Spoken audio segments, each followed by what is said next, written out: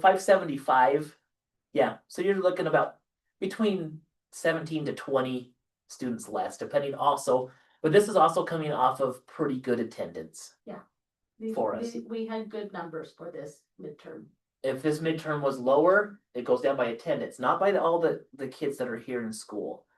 So as we look forward to 26, 27, and these are the three blue, we know that we're gonna have about 22 students less because we're graduating a class of 60, and we're probably bringing in a kindergarten class of 40. That's easy math right there. Some people will say, well, hold on a second, you're gonna get more kids coming from Rigby, or that come over in junior high. Yes and no. Like this last year, we did have some come in. We also had kids leave. And so it's kind of a wash when we start to gain it. The main number is really what's our number coming in compared to what's our number going out. That's not just a West Jefferson problem, that's a state of Idaho problem. When they look at all of the kids in public school, families aren't having as many kids. The kids coming into kindergarten, there are fewer kids compared to the kids that are going out. So if we decided to not do anything at all, and I have status quo, there is a nice thing that is a safety support umbrella in the funding formula when we're talking about ADA support units, and it's called like support unit protection. That's what it's called. And so what that says is you can't go below 3% of 562. So we would, even if we drop that many students, protection really saves us next year at 5.545, because then we would still generate this much.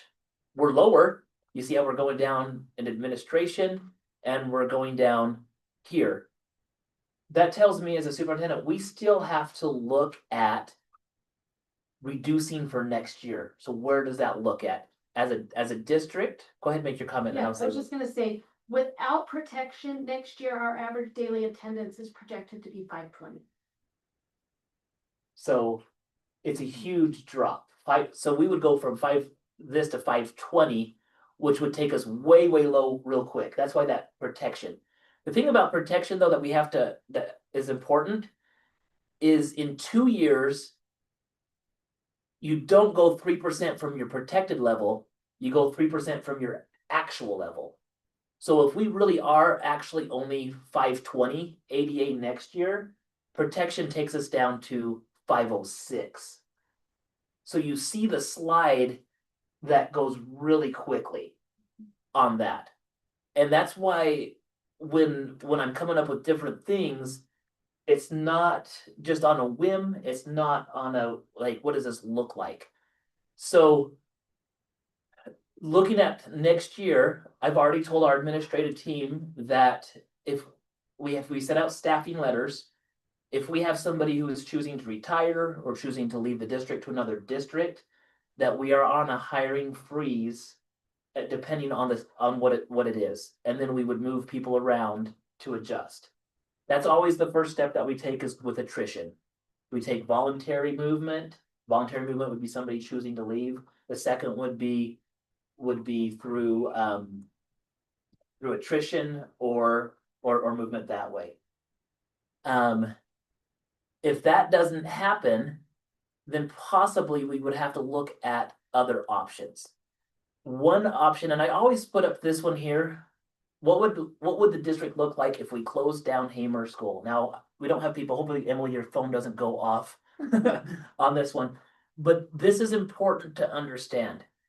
As a superintendent at this moment, that this cannot be an option because of the way that Hamer, as a separate school, generates support units for the district as a whole.